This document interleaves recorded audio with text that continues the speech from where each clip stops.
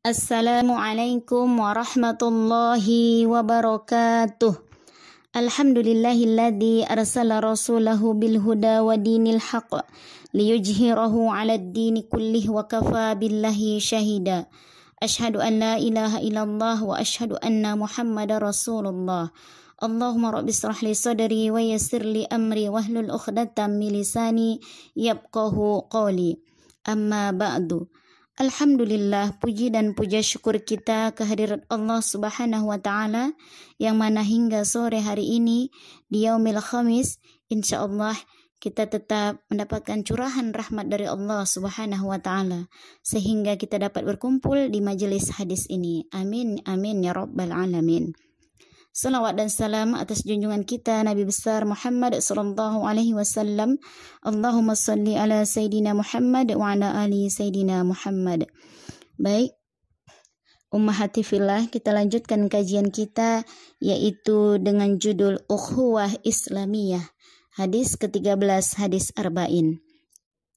An Abi Hamzata Anas bin Malikin radhiyallahu anhu khadimi Rasulillah sallallahu alaihi wasallam qala la yu'minu ahadukum hatta yuhibba li akhihi ma yuhibbu li nafsihi.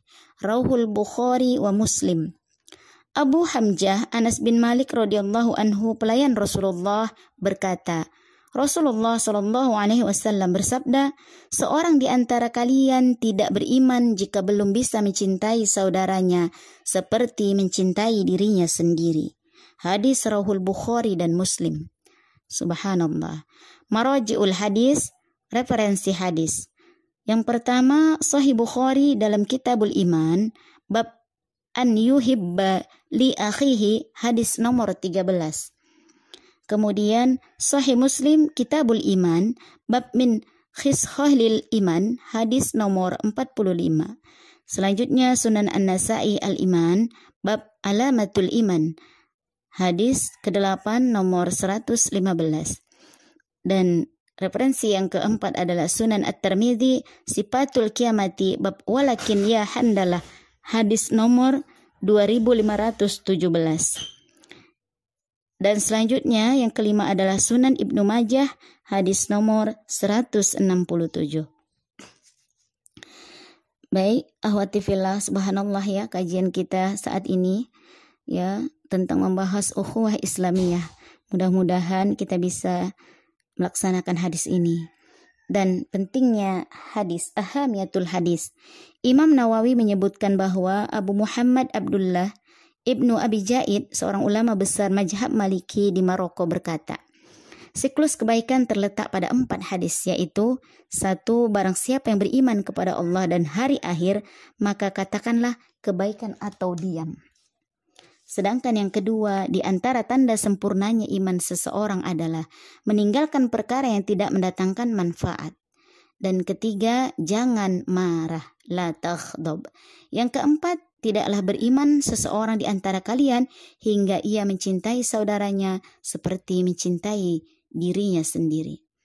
Inilah barangkali yang mendorong Imam Nawawi membuat keempat hadis tersebut dalam kitab Arba'in, 40 hadis. Al-Jurdani dalam syarahnya terhadap Al-Arba'in mengatakan bahwa hadis ini satu dari dasar-dasar Islam. Ya, hadis ini adalah salah satu daripada dasar-dasar Islam. Kita lihat dari mufradatnya, la yu'minu, tidak beriman, maksudnya tidak sempurna iman seseorang. Ahadukum, seorang dari kalian yang mengaku beriman.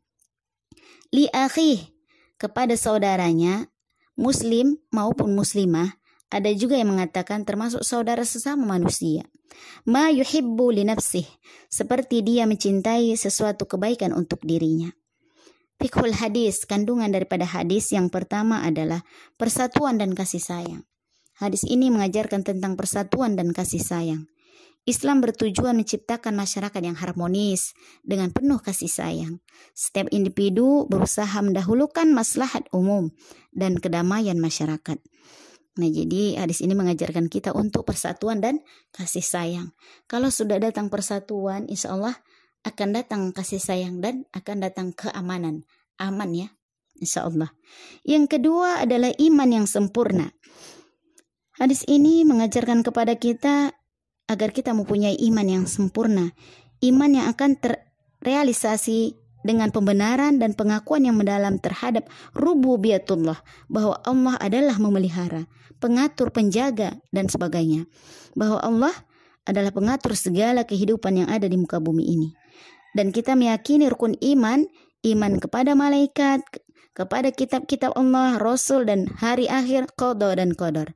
Dalam hadis ini disebutkan bahwa keimanan tidak dianggap kokoh dan mengakar dalam hati seorang muslim kecuali ia menjadi manusia yang baik.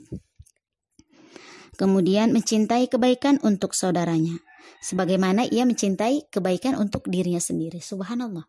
Ya Masya Allah, kita diajarkan untuk mencintai kebaikan kepada saudaranya sebagaimana kita mencintai kebaikan untuk diri kita sendiri. Kemudian hadis ini juga mengarahkan kepada kita agar bersegera memberikan nasihat. Bersegera, tidak menunda. Manakala saudara kita lalai.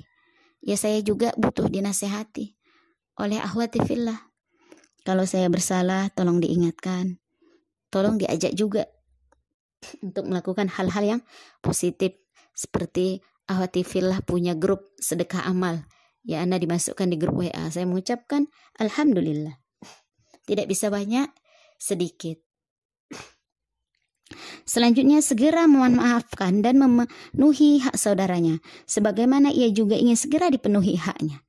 Nah, jadi kita sama-sama segera meminta maaf ketika kita bersalah dan kita memenuhi hak-hak saudara kita. Yang ketiga, nilai daripada hadis ini adalah nilai lebih seorang muslim di antara bentuk kesempurnaan iman adalah berharap agar kebaikan juga dimiliki orang lain. Yang muslim dan yang non-muslim. Kita menginginkan kebaikan bukan untuk diri kita pribadi. Artinya kita juga berharap dan berusaha agar orang-orang kafir itu juga merasakan nikmatnya iman. Rasulullah SAW bersabda, cintailah sesuatu kebaikan untuk orang lain sebagai kamu mencintai untuk dirimu. Niscaya kamu menjadi muslim yang baik. Hadis riwayat Tirmidzi. Sedangkan pesan daripada hadis yang ke-13 ini adalah berlomba untuk mendapatkan kebaikan. Karena kita disuruh untuk berlomba-lomba dalam kebaikan merupakan kesempurnaan iman. Ya, fastabiqul khairat. Karenanya seorang yang ingin memiliki keimanan dan ketakwaan seperti yang dimiliki orang-orang soleh bukanlah suatu aib atau hasad iri hati. Bahkan sikap seperti ini merupakan refleksi kesempurnaan iman, perbuatan yang disyaratkan Allah Subhanahu wa taala dalam firman-Nya. Dan untuk yang demikian itu hendaknya berlomba-lomba. Jadi kita harus berlomba-lomba untuk kebaikan. Boleh kita sedih kalau kita tidak bisa melakukan kebaikan. Di dalam Al-Quran surah Al-Mutaffifin ayat 26. Jadi kita harus berlomba dalam kebaikan, ketaatan kepada Allah. Ya. Ini di antara kita ini semua, akhwati fillah, dan dalam lingkaran ini, ya kan kita malu juga, teman kita udah lanjut ini ya jusnya. Kita masih jus itu juga. Nah, mudah-mudahan ya akhwati fillah kita tetap berusaha. Dan selanjutnya hadis ini mengarahkan kepada kita keimanan menciptakan masyarakat yang bersih dan berwibawa. Ya, keimanan menciptakan masyarakat yang bersih dan berwibawa. Insya Allah kalau kita memilih pemimpin yang mempunyai keimanan yang baik, ya, dan berwibawa, insya Allah kita akan merasakan kenyamanan, aman dengan kepemimpinannya. Mudah-mudahan akan segera tumbuh di Indonesia, khususnya di Kota Medan, insya Allah. Hadis ini merupakan dorongan bagi setiap muslim agar senantiasa berusaha membantu orang lain untuk melakukan kebaikan. Karena hal ini merupakan bukti dan tanda kebenaran iman. Subhanallah, Masya Allah ya. Mudah-mudahan kita bisa melakukan ini sedikit demi sedikit.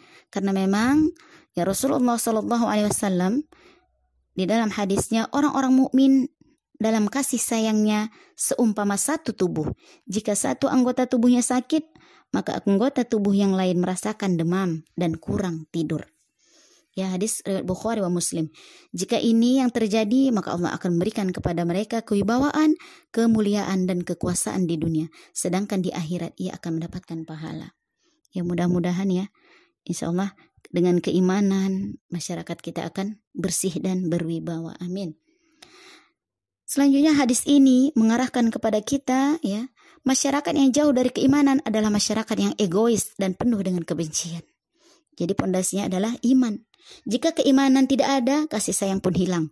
Sebagaimana gantinya kedengkian, penipuan dan egoisme akan mendominasi di dalam masyarakat. Dalam kondisi ini manusia menjelma menjadi serigala-serigala yang haus darah. Kehidupan kacau, kezaliman yang merajalela. Allah Subhanahu wa taala memberikan gambaran, mereka itu mati dan tidak hidup. Mereka tidak tahu kapan mereka dibangkitkan. Naudzubillah. Ya. Selanjutnya hadis ini juga mendorong kepada kita untuk bersatu, ya, dan hidup teratur. Bersatu, hidup. Ya, jadi kita bersatu akan keteraturan hidup, menguatkan keimanan, bukan bercerai-berai. Dan hadis ini mengarahkan kepada kita juga, hendaklah kita menjauhi hasad. Ya, karena hasad dapat mengurai kesempurnaan iman. Orang yang memiliki sifat hasad tidak akan mau orang lain melebihinya, atau bahkan berangan-angan agar nikmat yang ada pada orang lain itu sirna. Naudzubillah.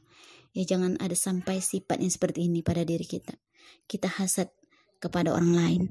Dan yang terakhir, hadis ini mengarahkan kepada kita, iman senantiasa bertambah dan berkurang, bertambah dengan ketaatan dan berkurang dengan kemaksiatan. Naudzubillah. Ingat ya akhwati fillah, iman senantiasa bertambah dan berkurang. Itu jelas, yazid wa yanqus. Kemudian bertambah dengan ketaatan. Iman kita akan bertambah ketika kita melakukan ketaatan kepada Allah, dan akan berkurang ketika kita sudah melakukan kemaksiatan. Ya, jadi jangan kita merasa pegang handphone 1 jam hanya lihat Facebook yang kurang bermanfaat, itu biasa. Padahal itu adalah kurang kebermanfaat. Kalau niatnya untuk silaturahim, kita gunakan setengah jam, langsung ya like suka sudah, sebentar ya salam sudah, jangan sampai melebihi ya, insya Allah. Baik ahwati fillah, mungkin sampai di sini saja kita bahas dulu hadis ke-13 ini, karena insya Allah kita akan lanjutkan dengan kajian kita yaitu tadabbur Al-Quran. Kita tutup saja dengan mengucapkan hamdalah, alhamdulillahi rabbil alamin. Assalamualaikum warahmatullahi wabarakatuh.